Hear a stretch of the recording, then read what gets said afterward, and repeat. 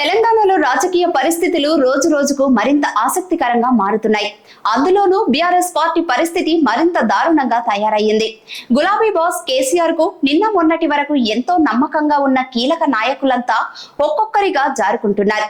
కాగా BRS party అధికారిక Twitter X ఖాతాలో పెట్టిన ఓ పోస్టుపై మాజీ ముఖ్యమంత్రి కల్వకుంట్ల చంద్రశేఖర్ రావుకు రాష్ట్ర పంచాయతీరాజ్ గ్రామీణ శాఖాభివృద్ధి మంత్రి దనసరి అనసూయ సీతక్క లీగల్ నోటీసులు పంపారు.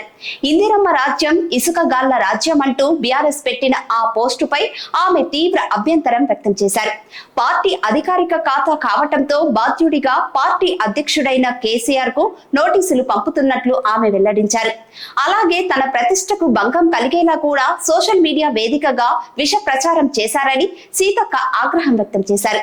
తనపై తప్పుడు ఆరోపణలు చేసినందుకు గాను తక్షణమే కేసీఆర్ ఆ పార్టీ తనకు లిఖిత పూర్వకంగా క్షమాపణ చెప్పాలని ఆమె డిమాండ్ చేశారు. జూన్ 24న బీఆర్ఎస్ అధికారిక ఎక్స్ ఖాతాలో పోస్ట్ కారణంగానే కేసీఆర్ తో పాటు ఆ పార్టీకి నోటీసులు పంపామని మంత్రి సీతక్క తరఫున న్యాయవాది వెల్లడించారు.